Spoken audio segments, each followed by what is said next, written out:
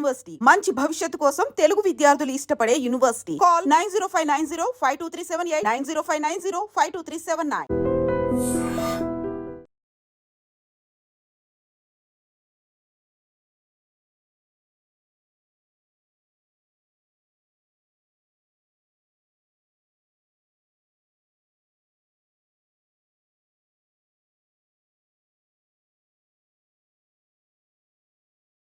మన సంస్కృతి కార్యక్రమానికి స్వాగతం. నేను మీ విజిత.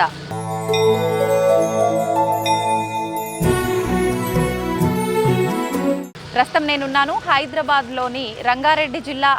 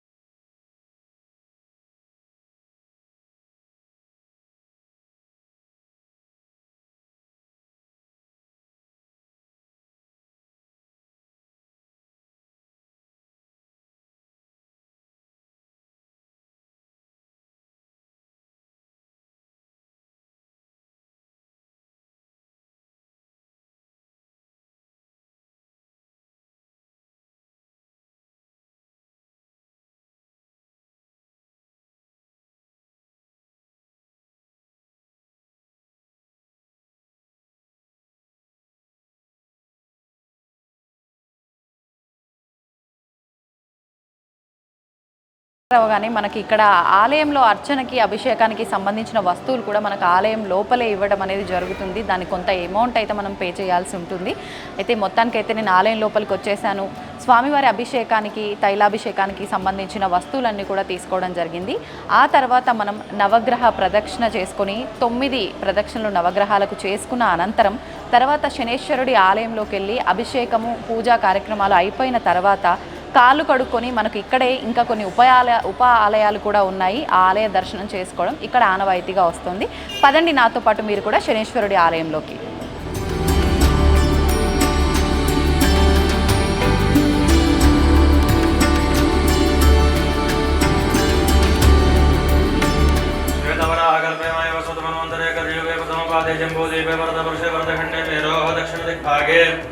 श्रीशैलस्य वायव्यदिक्प्रदेशे कृष्णागोदावर्यो मध्यदेशे शनेश्वरदेवालय सन्निधौ अस्मिन् वर्तमानव्यवहारिकचान्द्रमानेन प्रभवादिषष्टितं वत्सराणां मध्ये ग्रीष्म ऋतौ ज्येष्ठमासे कृष्णपक्षे दशम्यां तिथौ यजमानस्य जन्मनक्षत्रवसादो नामनक्षत्रवसादो जन्मांशवसादो नामांशवसादो जन्मराशिवसादो नामराशिवसादो अष्टकवर्गगोचारलग्नवसादो शनेश्वरग्रहस्थानेषु समग्निरग्निभिस्करस्तन्नस्तपतु सूर्यः संवातो वात्परवा स्वामिने नमः नीलाञ्जनसमाभासं रविपुत्रं यमाग्रजं छायामार्ताण्डसम्भूतं शनेश्वरस्वामिने नमः ॐ सद्योजातं प्रपद्यामि सद्योजाताय वै नमो नमः भवे भवेनाथ भवे भवस्वमां भवोद्भवाय नमः कालाय नमः कलविकरणाय नमो बलविकरणाय नमो बलाय नमः ब्रह्माधिपतिर्ब्रह्मणोऽधिपतिर्ब्रह्मा शिवो मे अस्तु सदाशिवो ॐ शनीश्वराय नमः ॐ शान्ताय नमः ॐ सर्वाभीष्टप्रदायिने नमः ॐ शरण्याय नमः ॐ वरेण्याय नमः ॐ सुरलोकविहारिणे नमः ॐ अभिवस्त्राशोचनानिर्षाभेदेन सुदोगाः पूयमानावचन्द्राभक्तवेनो हिरण्याभ्यस्वानधनो देव सोम शनेश्वरस्वामिने नमः वस्त्रं समर्पयामि ॐ नमस्ते अस्तु भगवन् विश्वेश्वराय महादेवाय त्र्यम्बकाय त्रिपुरान्तकाय त्रिकाग्निकालाय कालाग्निरुद्राय नीलकण्ठाय मृत्युञ्जयाय सर्वेश्वराय सदाशिवाय शनेश्वरस्वामिने नमः गुरोपहारनैवेद्यं समर्पयामि ओम प्राणाय स्वाहा अपानाय स्वाहा व्यानाय स्वाहा मुदानाय स्वाहा समानाय स्वाहा ओम घोरेभ्यो घोरकोदरेभ्यः सर्वेभ्यः सर्वेभ्यो नमस्ते प्रदरूपेभ्यः कृष्णांगाय विद्महे अनन्ताय तन्नो प्रचोदयात् शनेश्वरस्वामिने नमः आनन्दकर्पूरनीराजनं समर्पयामि नीराजन अनन्तरं शुद्धाचमनीयं समर्पयामि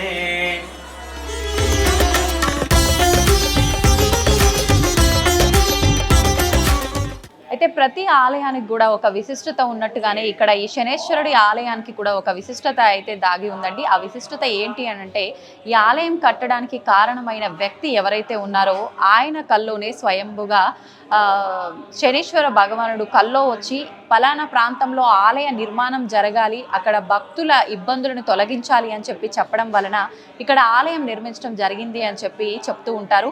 అసలు ఏంటి ఇంకా ఇక్కడ విశిష్టత ఏంటి, ఇంకా అసలు ఈ ఆలయం నిర్మించటం వెనక ఎటువంటి కథలు దాగి ఉన్నాయో ఆలయ అర్చకులు చక్రవర్తి గారు ఉన్నారు మనతో పాటు. ఇప్పుడు వారితో మాట్లాడి మరిన్ని విషయాలు తెలుసుకుందాం. నమస్కారం అండి. నమస్కారం. అయితే నేను ఈ ఆలయం దగ్గరకు వచ్చే ముందర నేను కొన్ని విషయాలు తెలుసుకోవడం జరిగింది. అప్పుడు నాకు తెలిసిన విషయం ఏంటి అంటే, స్వయాన శని భగవానుడే ఇక్కడ ఆలయ నిర్మాణానికి కారణమైన వ్యక్తి కలలో వచ్చి ఇక్కడ ఆలయం నిర్మించమని చెప్పారు అని చెప్పి విన్నానండి. అది ఎంతవరకు వాస్తవం? అవునమ్మా, ఈ ఆలయాన్ని నిర్మించిన ఆయన శ్రీ అనిల్ శర్మ గారు.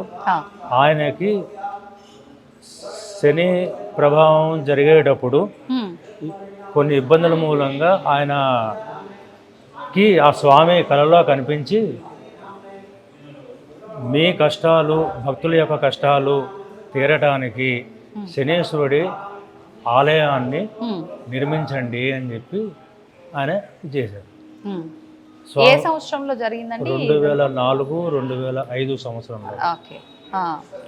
అప్పుడు 2004లో ఆయనకి ఇదైంది. స్వప్నంలో కనిపించి చెప్పేవారు శనీశ్వర స్వామి.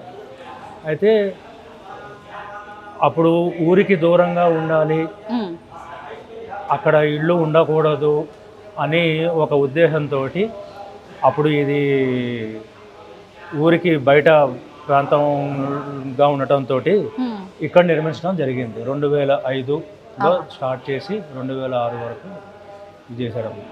అయితే ఇప్పుడు ఈ ఆలయం 2004-05లో ప్రారంభమయ్యి మొత్తం కంప్లీట్ అయిపోయింది కట్టడం కూడా.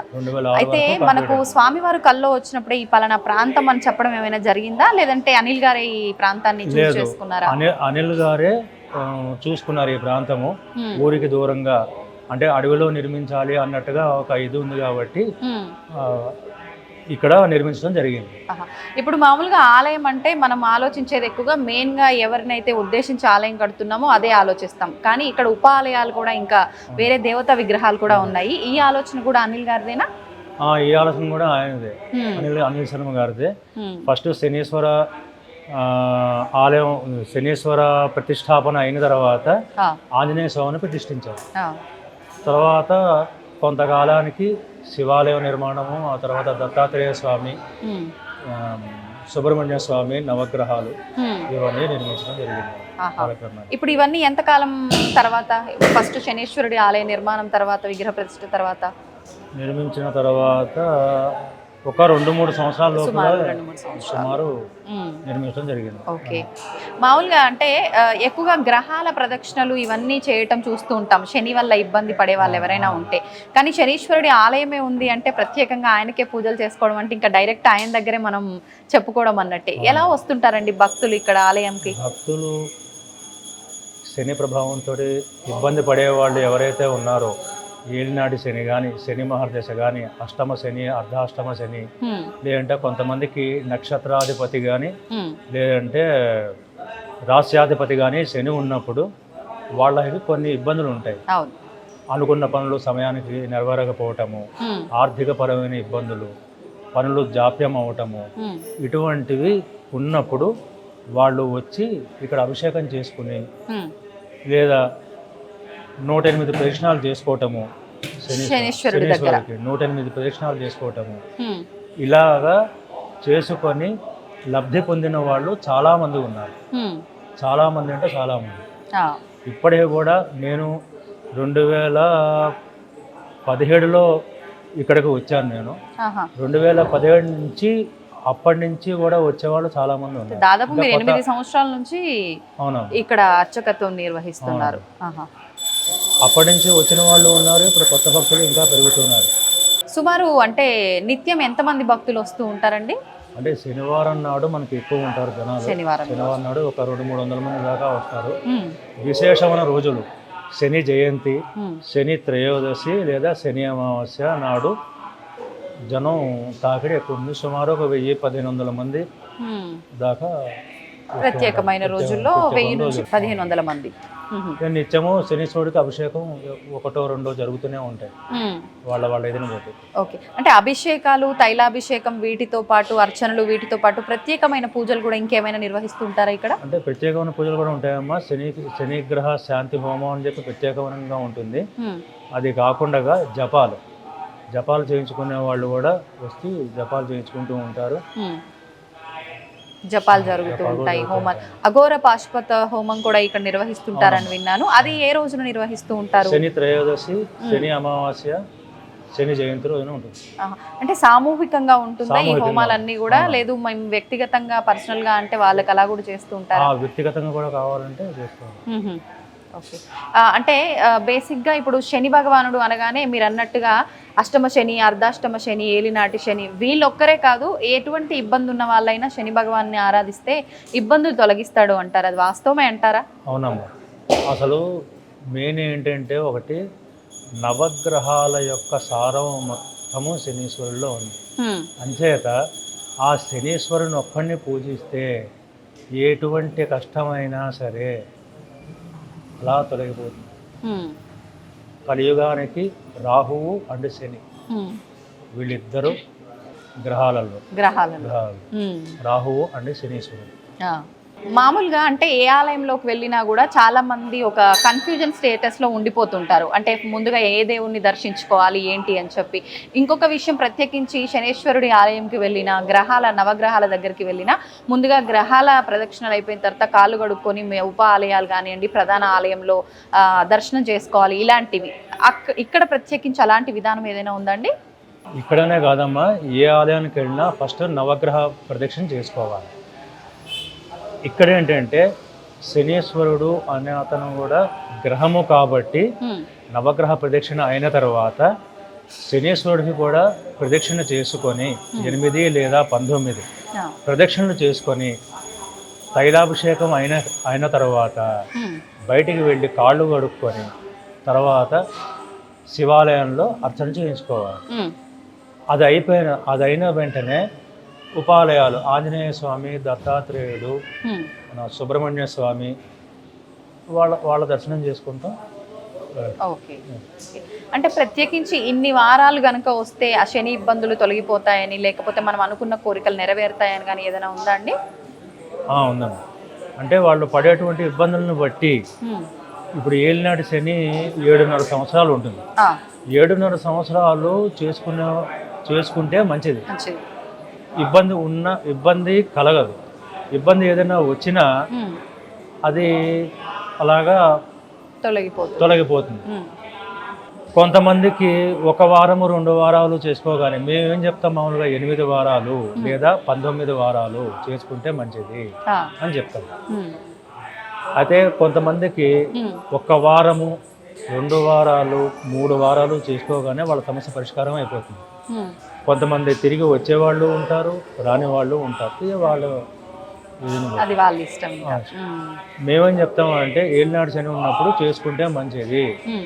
ఎందుకంటే 7.5 సంవత్సరాలు ఎప్పుడు ఎటువంటి ఇబ్బంది కలుగుతుంది అన్నది తెలియదు. అటువంటి టైంలో ఏంటంటే ఆ 7.5 సంవత్సరాలు కంటిన్యూస్గా చేసుకోమని చెప్తాం మేము. ఇప్పుడు మనకి ఇక్కడ ప్రధానంగా శనేశ్వరుడి ఆలయమే ప్రధానం కాబట్టి ఓన్లీ అంటే మీరు ఇందాక అన్నట్టుగా శని అమావాస్య, శని త్రయోదశి ఇలాంటి విశేషమైన రోజుల్లోనే ఇక్కడ ఎక్కువగా ఉంటుందా? లేదు అంటే మనకు ఉపాలయాలుగా శివయ్య ఉన్నాడు, మిగతా దేవుళ్ళు కూడా ఉన్నారు, అవి వాళ్ళకి సంబంధించిన విశేషమైన రోజుల్లో కూడా కార్యక్రమాలు విశేషమైన రోజుల్లో కూడా కార్యక్రమాలు ఉంటాయి. ఇప్పుడు శివరాత్రి రోజున పొద్దున్న తెల్లవారుజామున 4 గంటల దగ్గర నుంచి రాత్రి 12, 1 గంట వరకు అభిషేకాలు జరుగుతూనే ఉంటాయి. ఓకే, ఆరుద్ర నక్షత్రం అప్పుడు అభిషేకాలు జరుగుతూ ఉంటాయి. సోమవారాలు అభిషేకాలు జరుగుతూనే ఉంటాయి. పొద్దున ప్రదోషకాల అభిషేకము విశేషం ఇక్కడ.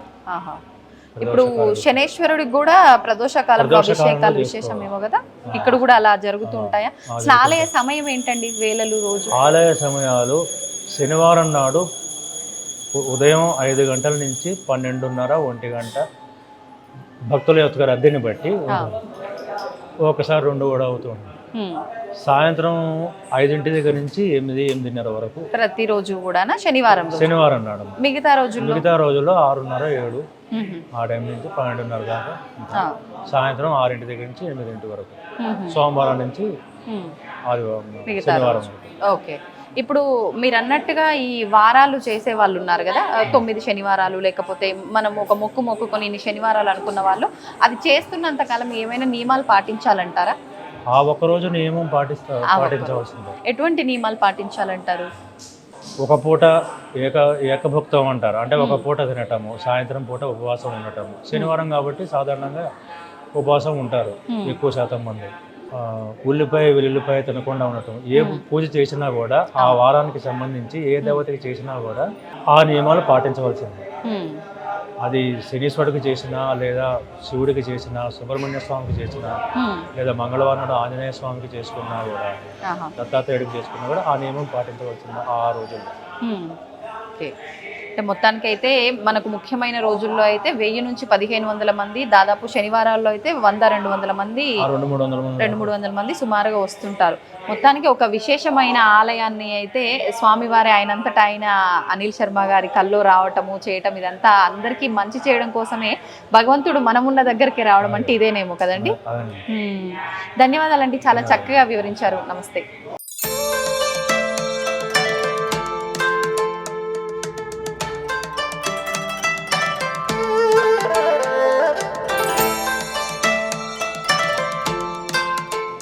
ఈయన ఆలయ నిర్మాత, ధర్మకర్త అనిల్ శర్మ గారు. వీరికే స్వామివారు కళలో కనిపించి 2004-2005 సంవత్సరంలో ఆలయం నిర్మించమని స్వామివారి అనుజ్ఞ. ఆ రకంగా ఇక్కడ మునగనూరులో మనకి శనీశ్వర ఆలయం నిర్మించబడటం అయిందన్నమాట. ఈయన అనిల్ శర్మ గారు. నమస్కారం అండి. నిజంగా చాలా మంచి ఆలోచన అండి మీది. స్వామివారు మీ కల్లో వచ్చి చెప్పడం అంటే అది మామూలు విషయం కాదు. ఆయన కల్లోకి రావటము, ఆయన చెప్పినట్టుగానే మీరు ఆలయం నిర్మించడం అనేది నిజంగా మా అందరి అదృష్టంగా భావిస్తున్నాం సార్. నమస్తే. ఓం శం శనీశ్వరాయ నమః.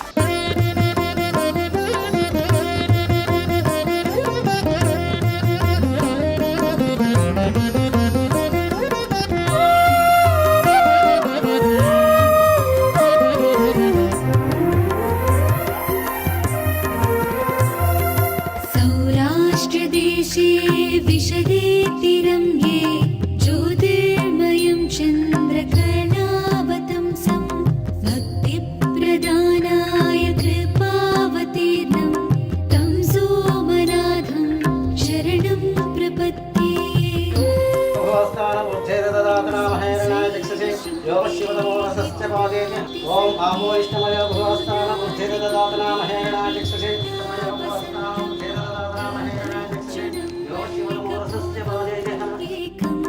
नमामि संसारसमुद्रसेतुम्.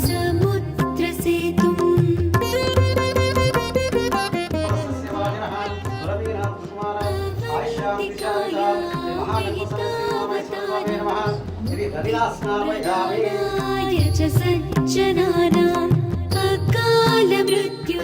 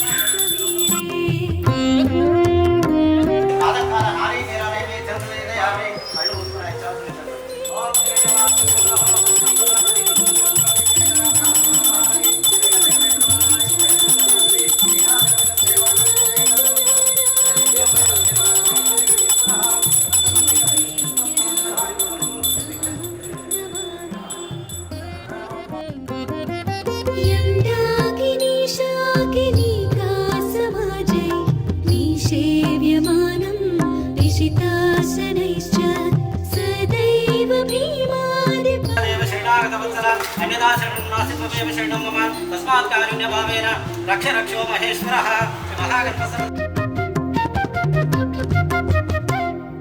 सूताम्रपर्णी जलराशियोगे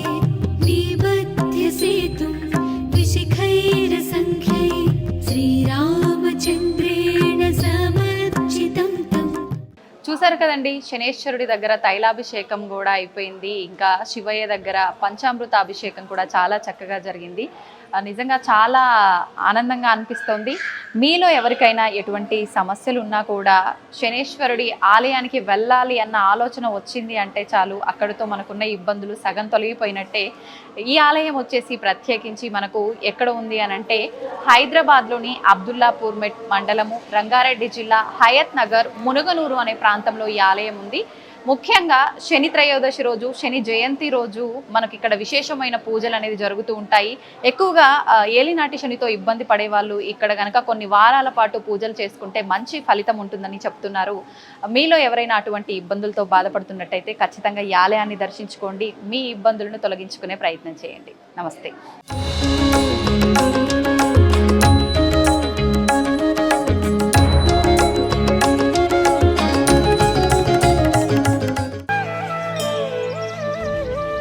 తవ్వండి, తవ్వుతూనే శివలింగం. పరమాత్మకు జీవా సరే దాన్ని అట్లా కప్పేసేయండి, చూపించదండి. Krishna is there. మూర్తి పూజ కాదు, సాక్షాత్ బ్రజేంద్ర నందన భగవాన్ ఉన్నారు మూర్తిలో. ఏమీ ఆశించకుండా ఆరాధించే వాళ్ళు కూడా ఉన్నారా ప్రభుజీ? నిజమైన భక్తి